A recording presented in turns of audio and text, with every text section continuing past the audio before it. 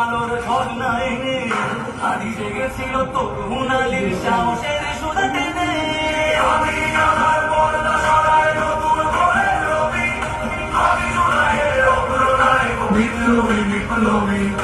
নতুন সময় নতুন সফর নতুন জিন্দাবাদ, সাত আসমান ভেদ করে ওঠে হাজির জিন্দাবাদ।